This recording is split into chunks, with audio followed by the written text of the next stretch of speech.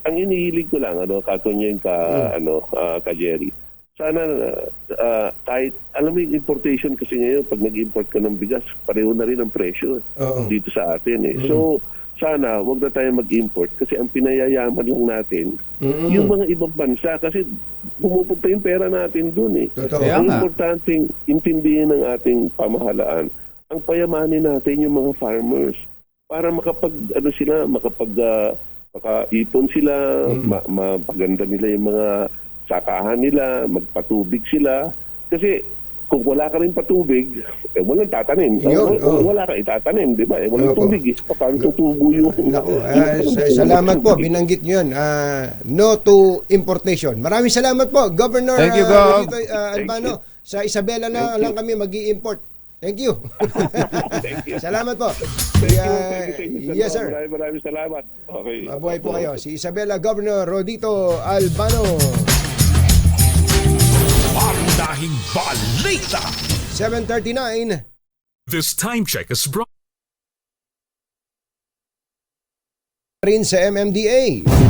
Ito ay kahit nakipagpulong si Modi Floranda, Pangulo ng Piston, kay LTFRB Chairman Teofilo Guadis III at tinalakay ang hinggil sa POV Modernization program na dahilan ng kanilang protesta. Ayon kay Floranda, hindi nila nagustuhan ang pahayag ni Guadis na pag-aaralan lamang nito ang kanilang demands. Natapos na ng PNP Forensic Group ang DNA test sa mga sample na nakuha sa inabandonang kulay pulang Honda CR-V na pinaniniwala ang pinaglipatang sasakyan ng nawawalang beauty queen na si Catherine Camilon ng Batangas. Ayon kay Major General Romeo Karamat, PNP CIDG Director, kumpirmadong sa inabandonang pulang SUV isinakay si Camilon matapos mag-match sa DNA profile ng kanyang mga magulang ang naiwang dugo at hibla ng buhok sa nasabing sasakyan. Sinabi ni General Karamat na pinagtibay ng resulta ng DNA test ang pahayag ng dalawang lumantad na testigo at itinuturing itong corroborative evidence na nagpapabigat pa sa kinakaharap na kaso laban sa suspect na pulis at iba pa nitong mga kasabwat sa krimen. Nagbabala ang China laban sa pagbuo ng bagong Code of Conduct sa South China Sea. Ito matapos ihirit ng Pangulong Bongbong Marcos sa ibang claimant gaya ng Vietnam at Malaysia ang posibleng pagbuo ng bagong Code of Conduct nang wala ang China. Ayon kay Chinese Foreign Ministry spokesman Mao Ning, null and void ang anumang hakbang para sa pagkala sa Declaration on the Conduct of Parties sa South China Sea. Noong 2002, nagkasundo ang ASEAN at China para sa nasabing non-binding declaration na humihimok sa lahat ng claimant na pigilan ang bagong pag-okupa sa karagatan. Nababahala si Pangulong BBM sa patuloy na banta at hamon sa soberenya ng bansa sa West Philippine Sea. Ito ang dahilan kung bakit binanggit ng Pangulo sa kanyang talumpati sa Asia Pacific Center for Security Studies sa Hawaii ang kahalagahan ng alyansa ng Pilipinas sa Amerika. Binigyang din ng Pangulo na kailangang itaguyod ang treaty partnership sa iba pang allied nations upang mapanatili ang katatagan sa buong South China Sea. Hindi hahayaan ng Pangulong Bongbong Marcos na mapatalsik sa pwesto si Vice President Sara Duterte. Sa panayam ng media sa Hawaii, sinabi ni Pangulong Marcos na binabantayan niya ang sitwasyon matapos umugong ang niluluto umanong impeachment ng Kamara sa Vice Presidente. Ayon kay Pangulong Marcos, hindi deserve ni Duterte na ma-impeach dahil maayos naman itong nagagampanan ang kanyang trabaho. Iginiit din ng Pangulo na walang lamat ang unity team at sa halip ay mas tumibay daw ang samahan nila ni VP Sara na inilarawan niyang excellent. Tayo namin na mabuti because we don't want her to be impeached. We don't want her to... She does not deserve to be impeached. So we will make sure that this is something that we will pay very close attention to. The declarations of impeachment, parang lahat naman ng presidente ini-impeach. Ngayon, vice president pa. So I guess it's just a continuing evolution of that thinking na basta ayaw namin dyan, tanggalin natin, impeach natin. Wala naman siguro at wala naman sigurong dahilan kung hindi lang ayaw sa amin. That's not a reason to be impeached. Si Pangulong Bongbong Marcos, there's no reason to be impeached, sabi po ng Pangulo. Pero sinabi po ni dating Pangulong Rodrigo Duterte sa panayam sa SMNI News Channel na pag ginawa daw po ito, ibig sabihin yung pag-impeach kay VP Sara, ay babalik daw po siya sa politika. Mapipilitan daw po siyang tumakbo bilang senador o tumakbo bilang vice president maski matanda na siya. Samantala, balik Pilipinas na si Pangulong Bongbong Marcos matapos ang matagumpay na week-long trip sa Amerika. Sakay ang Pangulo at ang kanyang delegasyon ng flight PR-001 na lumapag sa Villamor Air Base pasado alas 9 kagabi. Matapos dumalo sa APEC Summit, sinamantala ng Pangulo ang pagkakataon at nagsagawa ng working visit sa Los Angeles, California at maging sa Honolulu, Hawaii. Sa kanyang arrival speech, inilarawan ng Pangulo na naging mabunga at produktibo ang kanyang 3-leg US trip, makaraang makakuha ng mahigit sa $670 million na halaga ng investment pledges.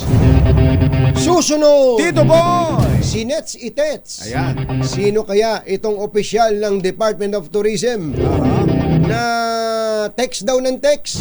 Sa mga senador? Sa mga senador. Kaya nabuisit ang mga senador. Ano daw ba sinasabi sa text? Ang sabi daw hi. Andito na kami, kanina pa kami. Salang nyo na kami. Inaapura ang mga senador. Inaapura ang mga senador. Ay, nakakainis diba, nga yan. Kanina nga madaling araw. Anong oras na, Mother? Anong oras na natapos yung budget?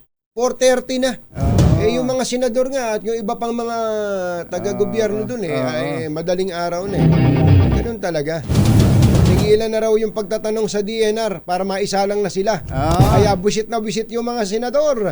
Si Nets Itets, ang opisyal ng Department of Tourism na ito. Love the Philippines ba? Yan at iba pa sa pagbabalik ng Pangunahing balita. 10 minutes before 8. This time, bagong balita sa DZRH. Pangunahing balita.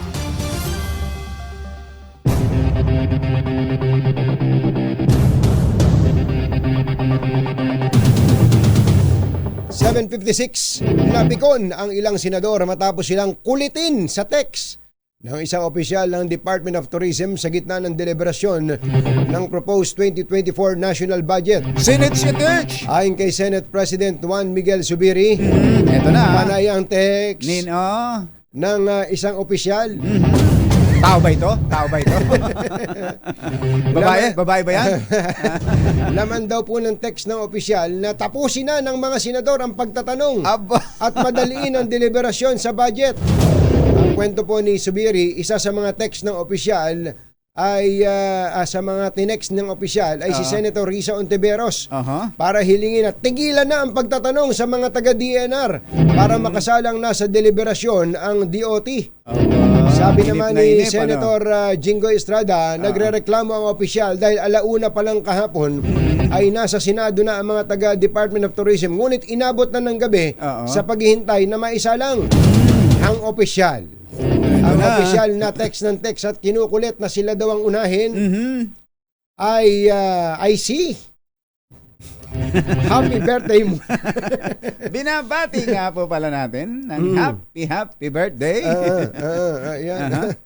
Si Karen Davila. Si Karen Davila, happy birthday, Karen. Karen, wala ba tayo dyan?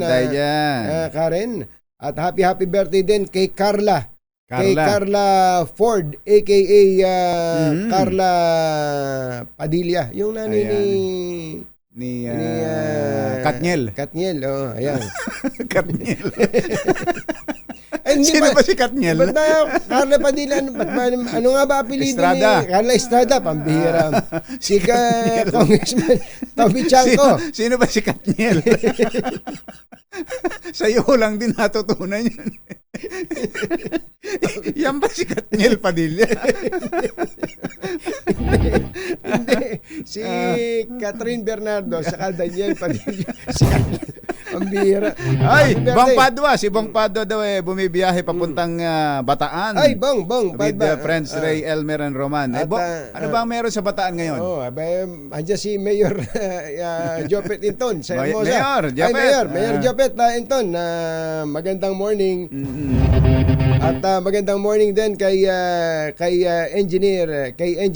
District Engineer Aris Ramos. Engineer Tony Nanggel, eto na, Engineer Tony Nanggel. Engineer Kung Tony sino Nanggel. itong Sinech Etich. Sinech Itich, Yung itong- opisyal ng DOTR na nangungulit sa mga senador, nangulit sa mga senador at inip Inip na. sa budget hearing. Ang opisyal. Ay, happy birthday din pala kay Judge Mary Joyce Ayungo. Bubwit na bubwit ang dating. Ang opisyal na ito na busit ang mga senador dahil sa kakulitan. Kachek Talay, Kachek Traviesa Talay. Kasama raw niya si Colonel Big Boy Olazo na laging nakatuto. Ayan. At happy birthday din kay sa ating floor manager na si Francis Kakiko Kopi Kwako. Ang opisyal na kinabubwisitan ng mga bubuit ay walang iba kundi si Ay, magandang umaga pala kay Jerry Labasan. Jerry Labasan. Ate Bet. Kumusta ba si Kabet? At kay Kuya Nato Alvarez. Kuya Nato Alvarez, magandang morning. At gayon din kay Kuya George Caparas. Kuya George Caparas, magandang morning. Ang opisyal na busit dahil ang tagal-tagal na nilang naghihintay. Ayan. At gustong-gusto na isa lang sa Senado. Abangan nga pala ninyo ang palatuntunang damdaming bayan ni Deo Macalma. At meron din siyang special na balita. Special na balita. Ang opisyal na ito na busit na nabusit din naman sa kanya ang mga senador. Ayan. Ay tumutugon sa pangalang siya pala ay GM Kumbatsero. GM ng Philippine Retirement Authority. GM ng Philippine Retirement. Retirado na yan. Retirado na to. Dati na opisyal ng panahon ni Mrs. Gloria Macapagal-Arroyo to ay tumutugon sa pangalang Cynthia Carion. Ngayon! Nagatid sa kabuuan ng ating mga pangunahing balita. Ito po si Anthony Taberna. Ito po si Jerry Ba. Mga nangunguna at mga bagong balita sa DZRH. Pangunahing balita. Para sa damit na ka-bloom.